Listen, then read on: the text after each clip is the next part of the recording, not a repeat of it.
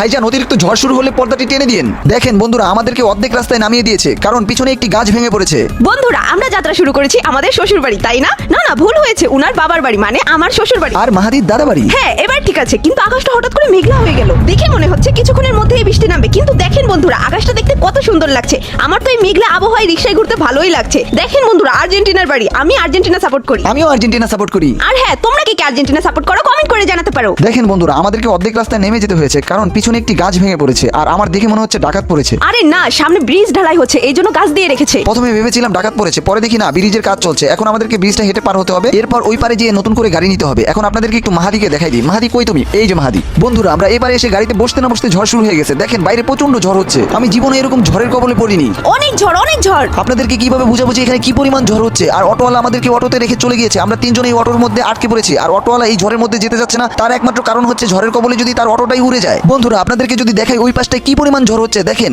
আমি এইখানে, দেখেন অটোর মধ্যে আটকা পড়েছি আমরা তিনজন।